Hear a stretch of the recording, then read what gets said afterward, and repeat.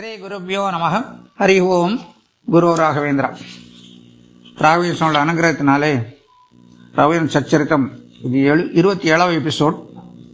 போன எபிசோட்ல இவனுடைய இளமை பருவத்தில் நடந்த நிகழ்ச்சியெல்லாம் பார்த்தோம்.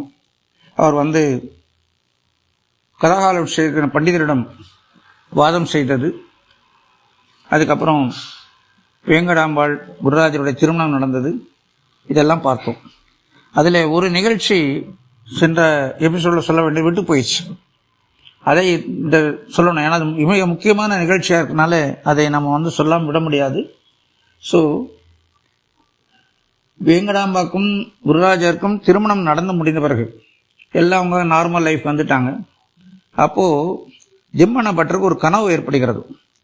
அந்த கனவில் விஜயேந்திர தீர்த்தர் தோன்றி ஜிம்மண்ண பட்டருக்கு சொல்றாரு, நான் உனக்கு சிறு வயதிலே கற்றுத்தந்த காந்தார கிரமா என்ற அந்த இசையினுடைய நுணுக்கங்களை எல்லாம் நீ வேங்கடநாத் கற்றுத்தர வேண்டும் என்று உத்தரவு கொடுக்கிறார். இதுல என்ன விசேஷம்னா, இந்த காந்தார கிரமா அப்படிங்கிறது தேவலோகத்திலே நாரதரால் இசைக்கப்படக்கூடியதான இசை. இது பூலோகத்தில் யாரும் அதை வாசிக்கிறதுல யாருக்கும் தெரியவும் தெரியாது. ஆனா விஜயேந்திர தன்னுடைய ஞானத்தினாலே, அப்ரோக்ஷ ஞானத்தினாலே அதை தெரிந்து ஜிம்மண்ண பட்டர் கற்றுக் கொடுக்கிறார். அதாவது வடநாட்டு கலைஞன் ஒருவன் விஜயேந்திர தீர்த்தரோட வீணை வாசிப்பில் போட்டி வைக்கணும்னு சொல்லி வரான். அப்போ இவர் விஜயேந்திரன் சொல்றாருன்னா, சரி நம்ம போட்டிக்கு வர நானும் தயாரா இருக்கேன், நாளைக்கு வச்சுக்கலாம் அரசபையிலன்னு சொல்றாரு. முதல் நாள் இரவு ஜிம்மண்ண பட்டரை அழைத்து அந்த காந்தார இசையை அவர் கற்றுத்தந்த நுணுக்கங்களை கற்றுத்தந்து பாட வைக்கிறார். அது சரியாக வாசித்த உடனே அதனுடைய இன்னும் கொஞ்சம் அதனுடைய நுணுக்கங்கள்லாம் வேற எல்லாம் மாற்றி சொல்லி கொடுத்து அந்த காந்தார கிரமா என்ற தேவ இசையை ஜிம்மண்ண பட்டர் கற்றுத்தருகிறார். அந்த தேவ இசையை ஜிம்மண்ண பட்டர் வாசித்து தான் அந்த சபையிலே வெற்றி கொடி நாட்டுகிறார். இது நம்ம முதலே பார்த்துருக்கோம் நம்ம இதை. ஆனால் அதில் என்ன விசேஷம் கேட்டிங்கன்னா, இந்த இசை தேவர்களால், அதாவது நாரதரால் மட்டுமே இசைக்கப்படுவது. பூலோகத்தில் யாருக்கும் தெரியாது, யாரும் இசைக்கிறதும் இல்லை. அது கற்றுத்தருவது சரியான சிஷ்யனுக்கு கற்றுத்தரணும். எல்லாத்துக்கும் மொத்தமாக குரூப்பில் சொல்லிக் கொடுக்குற மாதிரிலாம் கிடையாது. அந்த தகுதியுடைய சிஷ்யனுக்கு மாத்திரம்தான் அதை கற்றுத்தர வேண்டும். அந்த சிஷ்யன் அதை கற்றுக்கொண்டு அவனும் எல்லாத்தையும் சொல்லித்தர முடியாது. அவரும் வாழ்க்கையில ஒரு தடவை இல்லை 2 தடவை வாசிக்கலாம். அதுவும் எப்போன்னா இறைவனோட உத்தரவாகணும், இல்லைன்னா குருவின் உத்தரவாகணும். அப்படி இல்லைன்னா அது வாசிக்கக்கூடாது. அது ஒரு நியதி. அதுக்கு ஜிம்மண்ண பட்டர் அதுக்கப்புறம் வாசிக்கலாம், அந்த சபையில் வாசித்தோட சரி. இப்போ விஜயேந்திரோடைய உத்தரவு, வெங்கட்நாதர் சொல்லிக் கொடுன்னு சொல்லி. அதனால அவர் ஜிம்மண்ண பட்டர் வெங்கடநாதருக்கு இந்த காந்தார கிரமங்கிற இசையை கற்றுத் தருகிறார். வீணை இயற்கையிலேயே அவருக்கு அந்த வீணை வாசிப்பு ரொம்ப சிறந்து விளங்கினாலே மிக எளிய முறையில் அதை அந்த நுணுக்கங்களை எல்லாம் கற்றுக்கொண்டு அதில் சிறந்தவனாக தேர்ச்சி பெற்று விளங்குகிறார். இந்த நிகழ்ச்சியை விட்டு போச்சு, ஆனால் இப்போ ஆட் பண்ணியிருக்கேன். இந்த ஜிம்மண்ண பட்டருடைய அந்திம காரியங்கள் எல்லாம் முடிச்சுட்டு அவங்கவுங்க ஊருக்கு போகிறாங்க. ஒரு 7 வருடங்கள் முடிந்த உடனே வெங்கடநாதருக்கு 7 வயதான உடனே அவர் உபநயனம் செய்ய வேண்டிய சூழ்நிலை. என்ன 7 வயசுல உபநயனம் பண்ணி ஆகணும். அவர் குருராஜாச்சாரியன் அவனுடைய பாவா, அதாவது அக்கா புருஷன் லட்சுமணாசிரமோட கலந்து பேசணும்னா அவர் சொல்றாரு, கண்டிப்பா செய்ய வேண்டியதான், ஏற்பாடு பண்ணலாம் அப்படின்னு சொல்றாங்க. உடனே குருராஜாச்சார் தன்னுடைய வீட்டில் முன்னால் பந்தல் போட்டு எல்லா பந்துக்களுக்கும் அழைப்பு விடுத்து ஒரு நல்ல சுபமுகூர்த்த நாளிலே அவருக்கு உபநயனம் செய்ய தீர்மானிக்கிறார். சாலிவாகன சகா 1525 சிவகிருது வருஷம் வைசாக மாசம் சுக்லபட்சம் பஞ்சமி திதியில வெங்கடநாதருக்கு குருராஜாச்சார் மற்றும் கமலாதேவி காயத்ரி மந்திர உபதேசம் கொடுத்து ஆசீர்வதிக்கிறார்கள்.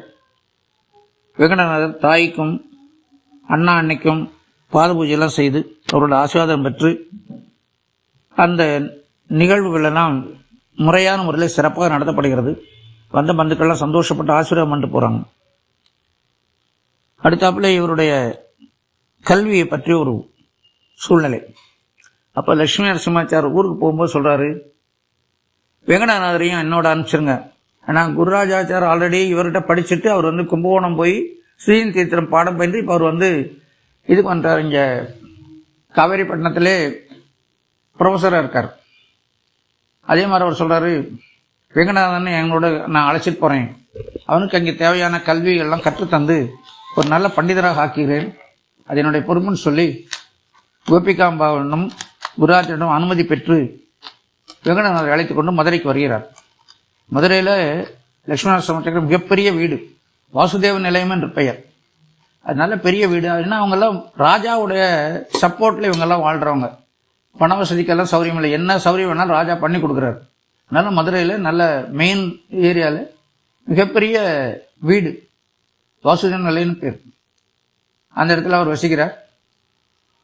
வெங்கடநாதரை அங்கே அழைத்து போய் தன் வீட்டில் வச்சு அவரை ஒரு வாரம் வரலும் ஃப்ரீயாக விட்டுறாரு. அதுக்கப்புறம் அவரை மதுரையில் இருக்கக்கூடிய வித்யாபீடத்தில் அவரை சேர்க்கிறார். வித்யாபீடத்தில் இவரது தலைமை பொறுப்பில் இருக்கிறார் லட்சுமி நரசிம்மாச்சார். அதனால அவர் தலைமை ஒரு மாணவரை சேர்த்தி அவர் தேவையான கற்பிக்கிறதான ஏற்பாடுகள்லாம் பண்றாரு. அந்த வித்யாபீடத்தில் கற்றுத்தருவது அல்லாமல் லட்சுமணன் சார் வீட்டிலேயே அவருக்கு சில பாடங்கள்லாம் எடுத்து சொல்லித்தராரு. வெறும் இயற்கையில ஏகாக்கிரகி, அதாவது ஒரு தடவை படிச்சா போறோம், நல்லா ஞாபகம் வரும், திருப்பி படிக்கணும் அவசியம் இல்லை, மெமரியில் அப்படியே நிற்கும், எத்தனை வருஷங்களும் மறக்காது. அப்பேற்பட்ட ஒரு சக்தி படைத்தவர் வெங்கடநாதர். அதனால எல்லாத்தையும் மிக எளிதிலேயே குறுகிய காலத்திலே எல்லாத்தையும் கற்று தேர்ந்து விட்டார். மற்ற மாணவர்கள் எல்லாம் எப்ப பார்த்தாலும் விளையாட்டுல புத்தி போகும், படிக்க மாட்டாங்க, ஒரு தடவை 10 தடவை படிச்சாதான் ஞாபகம் இருக்கும், அப்படியெல்லாம் இருக்கும். ஆனா வெங்கடநாதர் பொறுத்தவரை அப்படி இல்லை, ஒரு தடவை படிச்சா போறோம். சதாசர்வனா அவருடைய எண்ணம் பூராமே அந்த கிரந்தத்தை படிக்கலாம், இந்த கிரந்தத்தை படிக்கலாம், அதை படிக்கலாம், இதை படிக்கலாம், இப்படியெல்லாம் இருக்கும். சக மாணவர்கள்லாம் சொல்லுவாங்க விளையாடு போலாம் வான்னு கூப்பிட்டு அவர் போக மாட்டார். ஆனா இவருடைய விளையாட்டு ரொம்ப முக்கியம். விளையாடுறது ரொம்ப பிடிச்சதுன்னா கபடி விளையாட்டு, நீந்துதல், நீர்ல நீந்தி விளையாட்டு, நீச்சல் இருக்கிறது.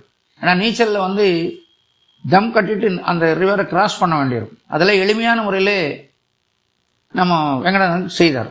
அந்த மாதிரி கபடி விளையாடும் போதும் ரொம்ப நேரம் மூச்சை பிடிச்சு அவர் கபடி விளையாடுறதுல வல்லவராக இருந்தார். அதனால எல்லா இடத்துலையும் நல்ல பெயர், எந்த இடத்துல போனாலும் அவர் வெற்றி கண்டே வந்தார். மற்ற மாணவர்களுக்கு இவர் மேல ஒரு மார்க் போறாங்க, இவர் இப்படி இருக்காருன்னு சொல்லி. அப்போ ஒரு லட்சுமண சமாச்சாரம் தெரியுது. உடனே அவர் சொல்றாரு, முதல் நாள் ஒரு பாடம் கற்றுக் கொடுக்கிறார். மறுநாள் மாணவர்கள்ட்ட எல்லாத்தையும் இதோட நேற்று கற்றுக் கொடுத்ததை பத்தி சொல்லுங்க, என்ன சொன்னா அதெல்லாம் சொல்லுங்கன்னு சொன்னா யாரும் சொல்ல தெரியல.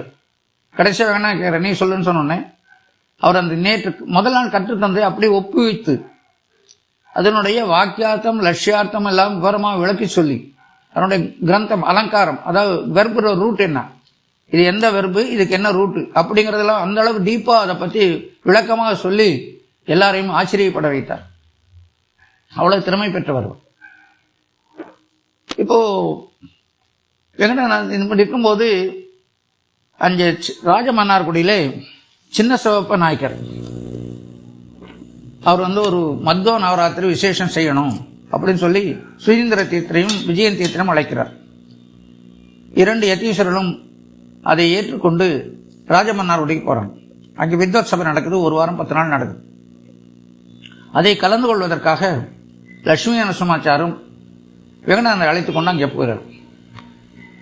வெங்கடானந்தரை பார்த்த உடனே சுதீந்தருக்கு ரொம்ப சந்தோஷம்.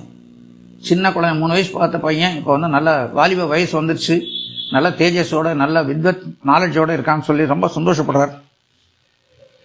அதுல அந்த வேத பாராயணங்கள், வாக்கியார்த்தங்கள் மற்றும் வாத பிரதிவாதங்கள்லாம் செய்யறதுல எல்லாம் வெங்கடநாதர் எல்லாத்தையும் கலந்துக்கிறார். சிறப்பாக செயல்பட்டு எல்லாருடைய நன்மதிப்பும் பெறுகிறார். அப்போ சுதீந்திர சொல்றார், சின்ன சவப்ப நாயக்கர்கிட்ட பாக்குறாரு, உங்க அப்பா சவப்ப நாயக்கர் ஒருத்தர் பாலசரஸ்வதினு ஒருத்தர் பட்டம் கொடுத்தாரு, ஞாபகம் இருக்கான்னு? ஆமா தெரியும், ஒரு இளைஞன் நல்ல வீணையெல்லாம் வாசிச்சாங்க, பாலசரஸ்வதி பட்டம் கொடுத்தாருன்னு சொல்றாரு. அவருடைய 2வது மகன் தான் இந்த வெங்கடநாதன். சொன்ன உடனே ரொம்ப சந்தோஷப்பட்டு வெங்கடநாதனுக்கு தனியாக நிறைய மரியாதைகள் செய்து பரிசுகள் கொடுத்து கௌரவிக்கிறார். அப்போ விஜயேந்திரர் லட்சுமண சமாச்சாரம் சொல்லி பார்த்து, உங்களுக்கு அருமையான ஒரு சிஷ்யன் உங்களுக்கு கிடைச்சிருக்கான், you are lucky, you are பாக்யசாலினி, அவருக்கு சிறப்பான முறையில் நீங்கள் கற்றுத்தர வேண்டும், வித்தியைகள்லாம் கற்றுக் கொடுங்க அப்படின்னு சொல்றாரு.